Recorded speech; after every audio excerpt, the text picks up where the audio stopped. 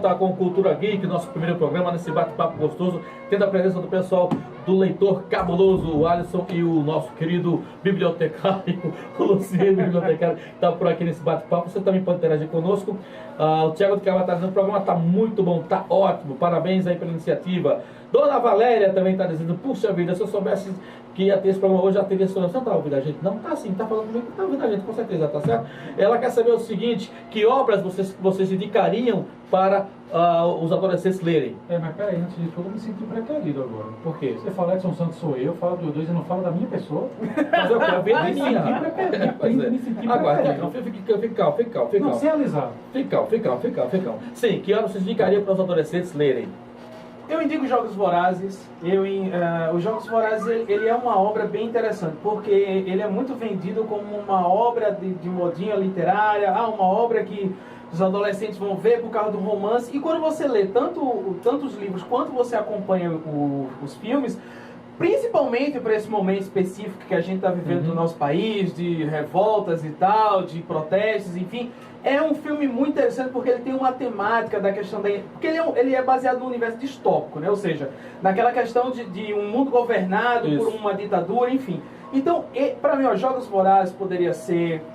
Percy Jackson. Porque o que me preocupa muito quando a gente está falando de livros para adolescentes e tal, é que você tem que despertar o interesse da leitura nele. E se dali, o que ele vai ler, entendeu? Fica a caráter dele. Então eu acho que a gente tem os Jogos Vorazes, tem o Divergente que eu citei. Tem o Maze Runner, tem a saga Crepúsculo, que gosta ou não tem. Tem romance. Lamentavelmente fez sucesso, né? Exato.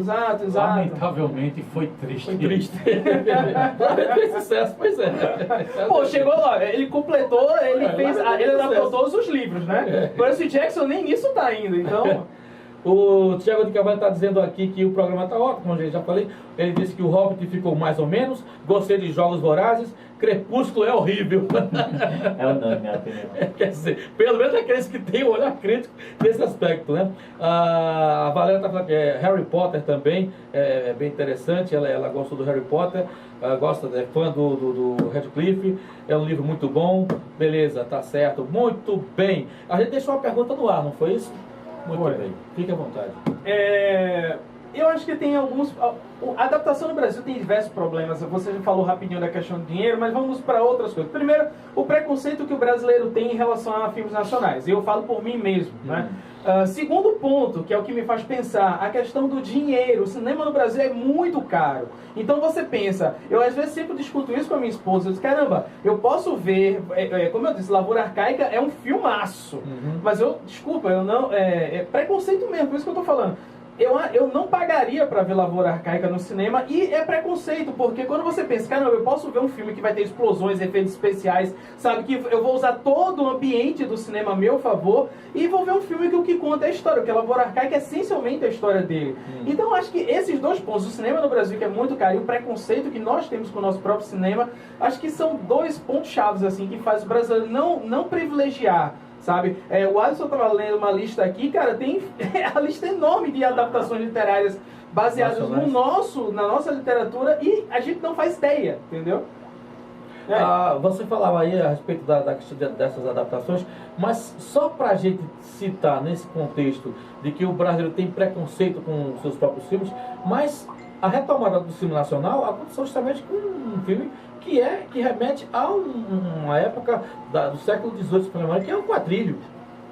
O Quatrilho fez um sucesso estrondoso, foi indicado justamente ao Oscar de um filme estrangeiro, e foi a partir dali que teve toda essa... Assim como também Carlota Joaquina, que também foi outro filme que alavancou a retomada do cinema nacional. Então, assim, talvez o preconceito exista pelo fator da gente não estar ainda acostumado com essas adaptações, mas que não funciona. Funciona porque Quatrilho, como eu já citei, Carlota Joaquina, a gente pode listar outras obras também, o próprio Auto da Compadecida, enfim. Então, assim, talvez se você encontra o momento certo de fazer aquela obra e lançar, a questão é acertar. Mas você tem que tentar fazer, você tem que fazer isso. Porque quando se você tem a oportunidade de ter obras como já foram citadas, Infantos Juvenis, que caem no domínio público, aliás, no gosto popular, Maze Runner, Jogos Vorazes, isso torna-se uma qualquer luxo a nível mundial, porque você está absorvendo uma literatura totalmente estrangeira, tá? como o próprio Harry Potter. Caramba, foi uma explosão a nível de mundo e todo mundo fica impressionado com o sucesso que esse bruxinho fez. E realmente, tá? Então, vamos valorizar um pouco mais da nossa própria cultura, que a gente tem coisa muito boa para ser explorada. Sim. Vamos fazer com que o Estado brasileiro faça com que a gente consiga valorizar mais, porque é como você acabou de falar. A gente não tem uma estrutura, um apoio mais que a cultura brasileira poderia merecer. Eu acho que isso vem em cima. É hierárquico, na minha opinião. A partir do momento que o Brasil começar a dar valor culturalmente ao que é produzido aqui dentro, eu acho que o próprio brasileiro vai começar a dar mais valor sobre isso também. A gente tem o... Deixa eu só, o Alisson está mandando um abraço para toda a galera aqui presente, especialmente para você, Alisson. Obrigado. Ok? Thiago de Carvalho. Valeu, Thiago. Uma coisa que eu tava lembrando, Caramba, fugiu agora a ideia. Desculpa, eu até me atrapalhando você, tá? Pois é. Atrapalhar as pessoas. Eu tava lembrando assim, O Tempo e o Vento, de Érico Veríssimo, que teve adaptação recentemente, virou série da Globo. Tem Os Maias, que tudo bem, não é nacional, é essa de Queiroz, mas também ganhou uma excelente adaptação. Eu acho que as minisséries no Brasil dão muito certo, quando pegam obras literárias extensas e fazem adaptações, são excelentes. E teve um outro que agora me fugiu a memória. Mas enfim, eu concordo com você. Não, mas eu concordo com você. Eu acho a literatura nacional é muito rica. Ela é rica e diversa. Mas é interessante, eu acho que vem tudo ainda sem querer do entrave da escola, entendeu? Sim. Lembrei o que eu tava querendo falar. O Escaravelho do Diabo. Nossa! Da coleção Vagalume, da famosa coleção Vagalume, vai ganhar uma adaptação. Aquilo é muito bonito. Quem nunca leu, né? Quem nunca leu a coleção Vagalume? Quem nunca leu, quem nunca fez redação sobre ele, né? Vamos fazer a redação do livro. Tirar a fichinha. Exato, você destaca que hoje você não tem mais isso, cara. Não tem. Você não tem mais isso. Graças a Deus nos livramos das malditas fichinhas dos livros. Mas eu gostava. Cara, mas eu vou dizer uma coisa a você. Eu gostava. Isso estimulou muita gente a gostar da leitura. Eu acho que é importante a gente ter, nem que seja por amor, mas às vezes por imposição mesmo. A gente não reclama tanto que o brasileiro é tão mal educado, que não tem tanta educação.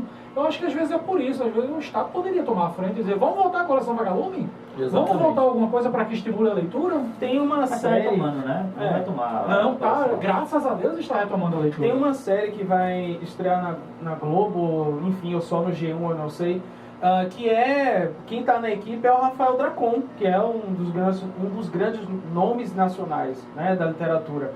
E pelo que eu estava percebendo, assim, do clima mais ou menos, eu acho que, caramba, vai ser uma série bem diferente do que a gente tá esperando, sabe? Vai ser uma série bem ligada ou à ficção científica, ou à aventura, vai ser bem bacana. Eu acho que nós temos uma grande chance aí. Bom, em termos de literatura, de uma forma geral, falamos sobre filmes de terror que foram adaptados, falamos sobre... Você estava comentando aqui em off sobre Agatha Christie, né? A Agatha Christie que tem uma quantidade... Acho que se eu não me engano, de cabeça aqui, 66 romances, mas tem contos, tem escambau, ela tem... Segundo o Lucien, tem mais livros que a idade. Tem mais Exatamente. livros que a idade dela. Uma curiosidade é que eu acho que o personagem mais conhecido dele é o Hercule Poirot, né, aquele detetive, que já é um detetive velho, né? Ele já começa praticamente a ser, vamos dizer assim, ser conhecido com mais de 60 anos. Se eu esperar, vocês me corrijam, por favor. E eu comecei a ler Agatha Christie por conta dos filmes que foram feitos na década de 70, década de 80. E eu ficava admirado com o raciocínio, a maneira como ele resolvia os casos, que não exigia muito, assim como tirando aqui no caso a questão do Sherlock Holmes. Mas o Hercule Poirot tinha a sutileza de chegar a determinadas resoluções de questões com avaliação. Eu acho que ele se inspirou muito como é o nome do autor de meu Deus, fugiu agora o nome. Sherlock? Sim, Sherlock Holmes. O Arthur Conan Doyle. Isso, eu acho que ela deve ter puxado muito dele, né? Porque... Eu acho que foi tanto o Sherlock, tanto o Poirot, que é o belga, né? Isso. Eles foram... me corrija aí, de um personagem do Edgar Allan Poe, que é o do Pont. Isso. É um detetive, foi o primeiro, eu acho que não sei se é o primeiro, não sei se eu vou falar besteira aqui, mas o Sherlock Holmes, tanto o Poirot, foram baseados nisso aí. Fala assim do Pont, só lembrei dos detetives de Tintin, que é do Pont e do Pont, né? Exatamente. Entendeu? Que assim, eu prefiro o Sherlock, né? Meu detetive da literatura preferido. Mas assim, é genial, ele tem mais obras do que o Sherlock, né? Então, cara, eu li recentemente Os Elefantes Nunca Esquecem, Cara, que o cara vai juntando os fatos, assim, é aquela literatura gostosa, não é uma literatura profunda, mas é uma literatura gostosa que você vai lendo e vai ali. Você vai se envolvendo, você bom. vai literalmente viajando. Então, como eu estava falando, quando eu assisti aos filmes dessas adaptações da personagem de Agatha Christie, eu conheci também outras personagens que ela criou, como por exemplo a Miss Marcy, não lembro bem, que é uma senhora que é detetive. Exato. E o que me chamou a atenção é que ela explora justamente a questão da terceira idade. As personagens que ela cria são mais idosos. Você tem o Hercule Poirot já com mais de 50 anos, tem a Miss Marple, alguma coisa assim, não lembro o nome dela. Tem um outro personagem que ela também criou, que também são, eu fico, meu Deus, que genialidade ela ter a capacidade de envolver os seus leitores, fugir um pouco do estigma de serem jovens, de serem pessoas mais maduras, mas serem idosos. Eu estou falando disso porque aí vem uma adaptação de cinema com Ian McKellen do Sherlock Holmes, que o título do filme é Holmes. Ele já contando a história do Sherlock, já idoso, já com 90 e poucos anos. Eu assisti recentemente, é muito bonito. Pois é, excelente. Cara, é de você ficar embevecido com essas plasticidades que acontecem nessas adaptações. E como eu falei, o que me chamou a atenção na literatura da Agatha foi isso. A maioria dos personagens que ela tem, que são detetives, são pessoas da terceira idade, são idosos praticamente, idosos no sentido de 50 anos, 60 anos, e que continuam chamando a atenção e resolvendo casos que são mirabolantes praticamente, né? O último episódio da história do Hercule Poirot, o curioso é isso, que ela começa com o personagem e literalmente ela tem um desfecho do personagem. Não vou dizer aqui que desfecho é esse, vai ficar a interrogação aí no ar. Mas tem o último livro do Poirot, que é Cai o Pano, né? Que aí conta toda a história, como é que termina a carreira. Ela termina a carreira do Hercule Poirot. Quer dizer, ela tem começo, a personagem tem começo, meio e tem um desfecho. Coisa que não acontece muito com... Mas vale lembrar que o Edgar Allan Poe, ele tentou... O Edgar Allan Poe, não. O Arthur Conan Doyle. O Arthur Conan Doyle, ele tentou fazer isso com Sherlock Holmes e não deixavam. Não, o público não deixava. Mas ele chegou a matar, né? Ele matou várias vezes o Sherlock e sempre pediu para ele escrever Sherlock, aí ele voltava, contava a história e tal. Mas ele tentou fazer a mesma coisa, tentou dar um fim ao Sherlock porque... Fica preso a esse Exato. Olha, o personagem é tão forte que você acaba esquecendo do autor. Você lembra do personagem? Você diga o Sherlock. É o personagem mais adaptado. Então você não acaba lembrando do nome do cara. É verdade. Né? Ele tem outras obras, não só né? Isso me lembrou, pegando o mote do Sherlock Holmes, existem duas séries de TVs que são baseadas neles. Sim, nesse personagem. Tem uma que é Elementary, nossa, não sei vocês, mas esse Elementary pra mim... Não gostei. Sabe? E trazendo uma leitura mais atualizada desse personagem Sherlock Holmes. E tem a outra que meu Deus, fugiu agora, Sherlock Holmes. Sherlock Holmes. Mas eu tenho uma terceira para dizer. House. House, o médico, ele é nada menos do que o Sherlock Holmes da medicina. Se você perceber, todo o arco, como se constrói o episódio dele, é sempre assim. Sempre no final é que ele tem aquela epifania e, meu Deus, já sei, eureka, e ele desvenda tudo e nunca é lupus, né? Mas nessa adaptação... Nunca é lupus. Nunca é lupus. Justamente nessas adaptações, que se refere a esse personagem do Sherlock Holmes, a adaptação britânica, ela é soberba. Eu acho que até os próprios atores, que você tem o Mark Freeman, que faz o papel do Dr. Watson. E o Cumberbatch, né? Nossa! Aí a gente tem o Moffat, né? O Moffat que cuida do Dr. Who, que é o diretor, é o produtor, cara. Eu pensei assim, pô, será que vai dar certo? A premissa do Sherlock Holmes é jogar o Sherlock Holmes do final do século XIX, começo do século XX, para os dias de hoje, cara. Exatamente. Nossa, isso vai dar certo. E como deu? Poxa, você... Como está dando? Cada episódio, são 3, né, por temporada, cada episódio tem 1h20, você assiste que não cansa, não cansa. Poxa... É impressionante. E a atuação do Cumberbatch é fantástica. Ele consegue fazer um Sherlock Holmes soberbo. Eu acho que a palavra é soberbo. Ali já é um ator nato, já é um ator, cara, jovem, 30 e poucos anos. Mas olha só, jogou o Sherlock Holmes para os dias de hoje, mas não perdeu a essência daquele... Exatamente. Né? Não perdeu a essência. Ele é aquele cara soberbo, que menos... Jogaram o Watson, ele em vez de escrever o seu diário, ele escreve no blog, né? Exatamente. É sensacional. Eles atualizaram coisas, assim, mas a essência do personagem, pô, é mantida. É por isso. Aí mudou muita coisa, claro, mudou para os dias de hoje, mas assim, a essência se manteve. Assim. Então E a versão, aquela versão com Robert Downey Jr., o que é que vocês acham? Eu achei engraçado. Cara, eu achei engraçado, achei legal. Aquelas cenas que aparece ele imaginando antes como é que é o golpe. É interessante, foi eu achei bem legal, eu gosto. Uma inovação. Não sei se é porque eu gosto de Robert Downey Jr. como Ator. ator, mas eu gostei. Eu não jogaria essa obra fora, não. Não, também não é se jogar fora, eu me diverti bastante. Agora, não lembra pra mim o Sherlock. Ele perde um pouco a essência. Não é da literatura. Eles Mas trazem pra atualidade, como você falou, assim, é a questão de trazer para um público mais atual, mais recente, a personagem. Afinal de contas, apresentar. assim, nada melhor do que fazer esse tipo de obra meio que descaracterizando, desconstruindo um personagem já construído para garanhar novos fãs, novas pessoas, até querendo ou não conhecer a própria obra original de Sherlock Holmes, por que não? Eu acho que é bem interessante. Exato. Sim, sem dúvida. E tem também eu me lembrei de uma coisa terrível, uma péssima adaptação. O Edgar Allan Poe, todo mundo sabe que a maior obra dele, ou pelo menos assim, que algumas pessoas consideram, é o conto dele, o poema Corvo. E aí fizeram um filme chamado O Corvo. Que é e aí tentaram pegar o Sherlock Holmes do Robert Downey Jr. e aplicar ao autor. Cara, o filme é muito ruim. É desagradavelmente ruim. O filme Mas quem é o ator do filme? Cara, eu não vou lembrar porque eu acho esse ator péssimo, mas é aquele cara que... Como é o nome do filme? O Corvo. Esse é o nome do filme. O Corvo, que eu vejo, que eu lembro de Brandolin. Eu também. Não, o Brandolin é excelente. Pois é. Que por sinal não é baseado numa adaptação. Não é isso não. Ele achou do Brandolin, que não é. O do Brandolin não é baseado num livro, mas é baseado no mangá. Não, pois é, mas eu não lembro desse. Você lembra, Edson? Não, realmente só não consigo lembro. lembrar esse de Brandolin. Tem um que fizeram, que virou uma série, que é também com o Marco da Casco, não sei se é esse que você está falando, que depois foi feita uma longa-metragem e em seguida virou um seriado de TV, que é o Corvo. Sim, não sei se é esse, não sei se é esse também. Não sei se também não é. Bem, então procura aí na internet que você fala. Pelo visto, coloca no nosso professor Google só exatamente. Esse filme então deve ser tão ruim que nem o Google faz questão de lembrar. Não existe, apagou. O Google apagou não. Seu comentário. O Google, em uma hora, o Google vai achar.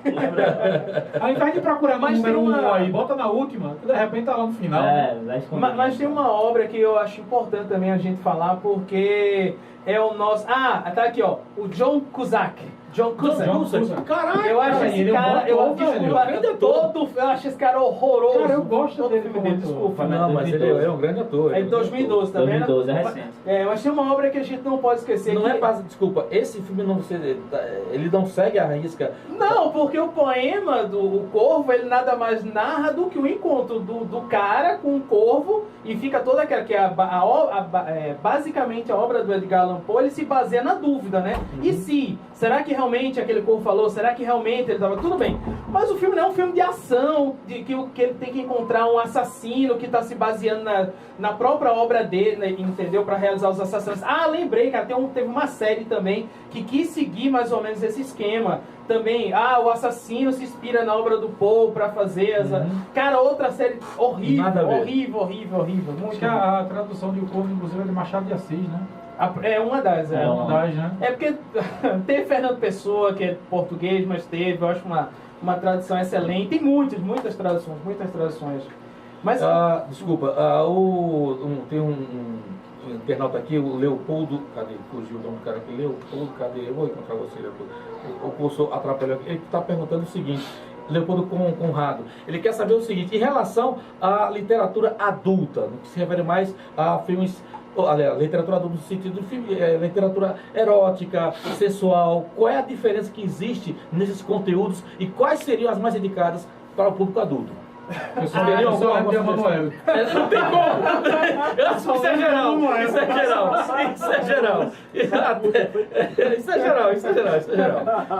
Cara, tem muita gente fala todo mundo vai lembrar de 50 tons, é óbvio, né? Mas existe não é adaptação, mas existe um que é excelente, que é... Não, veja bem, ele não está se referindo à adaptação, está se referindo à literatura mesmo. Literatura adulta. Isso, erótica, adulta. Cara, tem um excelente que é chamada História... que eu só me lembro o título em inglês, é Story of O. Eu acho que é a História de O. Mas tem em português. Tem em português, Tá. Eu acho que é isso, é a História de O. É um livro excelente, narra... E virou filme também, se não me engano, a história de Oscar. Eu não lembro. Virou. Tem um que é baseado num livro de João Baldo Ribeiro. A memória minhas putas tristes é de Gabriel Minhas Garcia putas Marques. tristes. de Gabriel Garcia Memórias Marques. e minhas putas tristes, Gabriel Garcia Marques. Rapaz. Se tem algum adolescente ouvindo, já vai Agora já correndo. foi. Não tem nada a Agora ver. já foi. Mas tem A uma gente obra falou de puxas, João Paulo viu? Ribeiro, Puxas. que, cara, é muito bom porque ele conta a história de uma senhora que vai... A história é a seguinte, João Baldo diz que ele recebeu, por fita cassete, A casa dos Budas de todos. as casas Budas. dos Budas idosos. Isso, muito bom. E João Baldo conta a história de que ele recebeu uma carta anônima, ou sei lá, parece que era nominada, não me lembro agora, de uma senhora que contava as aventuras eróticas dela em fita cassete. Diz Olha ele que recebeu só. isso. E aí ele reproduz isso na obra dele. E essa Interessante. senhora vai contar as aventuras eróticas dela. Cara, o livro é excelente, é pra adulto, tá certo? Tá? Ninguém vai pra livraria pedir isso, pelo amor de Deus, não é criança, tá? Já que posso citar um clássico, 120 Dias de Sodoma, do Marquês de Sade, que deu origem ao sadoquismo, a expressão. Sadomasoquismo e né? tal. Então eu acho que isso aqui vale quem gosta. Então, assim, Calígula, eu não lembro, é literatura também? O Calígula Calígula é um não drama... é bíblico? Então, considera-se também, então, um erótico, uma adaptação. Imperadores de Roma, né? Trópico de Câncer, do Henry Miller. Trópico de Câncer, com esse nome, rapaz. Esse é um filme, uma literatura erótica. É um livro, Mas é bom que disfarça. Exatamente. Entendeu? Você pode levar pra casa sem constrangimento. Exatamente. Né? Não, Trópico de Câncer. Ele foi proibido ficção. muito tempo É uma aqui no literatura Brasil, só ficção. pra você ter ideia. Foi totalmente proibido durante a ditadura, aqui no Brasil não entrou. Mas na época da ditadura, é difícil achar um filme que não foi proibido, É né? verdade. Tem mais gente aqui Cara, fazendo tem uma obra que eu acho muito importante que a gente tem que citar uma adaptação de um autor português, mas é o nosso único prêmio Nobel em língua portuguesa, que é José Saramago. Ele tem um ensaio sobre a cegueira, que pô, é uma obra magnífica. Assim, o livro é muito bom e a adaptação, se eu não me engano, do Fernando Meirelles, é excelente, muito, muito bom. Eu sempre recomendo para todo mundo assistir. Diz. O Pedro tá dizendo aqui, cheguei nos acréscimos, né, no final dos créditos, não. Dá tempo de se escutar um pouquinho do programa, viu, Beto? Vai curtindo aí, quase isso já chegou. Chegou na hora da parte erótica. Exatamente, chegou na parte, essa parte mais pequena. Chegou na parte mais 18. Mais 18, exatamente. Eu acho que foi por isso, né? Chamamos o público, né? Olha que veio, olha que veio. Eu acho que assim, só falando um pouquinho mais sobre esse tema, já que a gente está falando sobre essa parte de adaptação erótica, tem um que é Opa, literatura... gosto muito! Tem um que é literatura, nossa não sei parte. se foi adaptado ou não, provavelmente no país dele sim, que também é quadrinho, Manara, né? Manara erótico, que provavelmente ele ia ter alguma coisa adaptada. Cara, se foi adaptado eu não sei, mas o Manara ele tem uma versão de Gulliver. A Gulliver. Gulliver, cara, que é excelente. Não, é muito bom, velho, é muito bom. Muito bom. Ele é o criador de... Quem é o criador de Druna? Não, Druna não. Druna é o italiano, né? Ah, tá, certo. Manara, inclusive, assim, só um adendozinho, já que eu falei sobre ele inclusive fez uma HQ, uma história, desenhou das personagens dos X-Men também, que era Vampira, Sim, Tempestade, é muito não sei o bonito. que era. Assim, particularmente eu não gosto muito não, mas o traço dele é bem legal, muito feminino, muito erótico, né? Exato. Bem legal. O Manara ele tem aquela coisa de caramba, né? Você olha pro traço do Manara, você sabe que é ele. Sabe que é ele. Não tem como não. É inconfundível o traço do Manara. O Beto tá botando as letras garrafais. Manara é massa! É massa. Botou aqui letras garrafais. Acho que ele tá passando, inconscientemente tá pensando, ai, minha infância, minha adolescência. E por que não botou na maturidade, né, Beto? Hein, Beto? Bom, então, tá aí, respondendo ao ouvinte, né, que estudou essa... espero que tenha ficado satisfeito com essas indicações de vocês, dessa literatura aí. Lembramos que são ouvintes acima de 18, né? Exatamente. Não vou chegar e falar, papai, eu ouvi na rádio que é pra gente comprar Manara. Não vá por aí não. Não vá por aí não. Não, fica à vontade. Não, porque tem também, assim, como houve um boom, de repente, do mercado erótico, né? As autoras começaram a descobrir esse filão. Tem uma autora pernambucana, a Juliana Costa, que ela escreve livros excelentes também dentro dessa linha. Ela escreveu o 23 Noites de Prazer e o 4 Semanas de Prazer, e eu tô fazendo o jabá dela porque ela é da minha equipe, tá? Ela escreve lá pro Leitor Cabuloso. Ó, bota aí a caixa registradora pra cobrar depois lá. Deve ser muito divertido trabalhar com essa criatura. Eu adoro a coluna da Juliana. A imaginação dela Vai a mil. É excelente, cara. Os livros dela são muito, muito bons mesmo. Assim, é interessante você notar isso, que o mercado literário ele tem seus booms e, obviamente, o mercado de cinema não perde, né? Ele vai pegar e vai jogar pra frente. As vertentes pra poder... Assim, puxando o assunto, eu assisti 50 Tons de Cinza, eu não li o livro, mas eu sempre digo isso, que eu gostei do filme. Que eu não vi nada demais. Não, eu vi a mulher apanhando e gostando. Basicamente é isso, né? Eu não vi nada demais. Tá, ok, eu assisti o filme começo, meio e fim, achei legal, tá, ok, beleza. Porque todo mundo disse que era horroroso, terrível, revoltante. Não, eu acho que tá... Eu não vi. Do ponto de vista, o que se questionou muito, do ponto de vista dos críticos, de uma forma geral, era a questão que não havia como é que se chama? Não havia... faltou... Meu Deus, faltou a palavrinha agora. O Tchan? Não é o Tchan. O Tchan teve. O Tchan teve. As atuações não foram... Me disseram que a atriz, eu não vi não, mas disseram que a atriz deixava a desejar. Exatamente. Mas a atuação do cara é referente ao que se tinha no livro. Não era aquilo que se esperava. Digamos assim, né? Mas eu fiquei pensando, cara, vamos parar pra pensar. O filme, ele vai ser exibido em salas de cinema pra todo tipo de pessoa. Não podia ser do jeito que sei lá, as leitoras queriam mas que fosse, a classificação tá aí pra quê? Não, mas desculpa, não me coloquei o que se levou em questão sobre as críticas dos críticos de cinema não era sobre a adaptação da obra, era sobre a atuação dos atores, que eles não tinham química. Valeu, não tinham química, faltou química, as atuações foram muito insossas, muito artificiais. Isso que se levou em consideração o fato da crítica ter malhado a adaptação de 50 Tons de Cinza. Eu perdoaria os atores, porque assim, eu não tenho nada a falar muito deles não, mas até onde eu conheço é o seguinte, eu achei que foi dado pouco material pra eles e o romance ali é não convincente, sabe? Tipo, olhou, me apaixonei e segui em frente.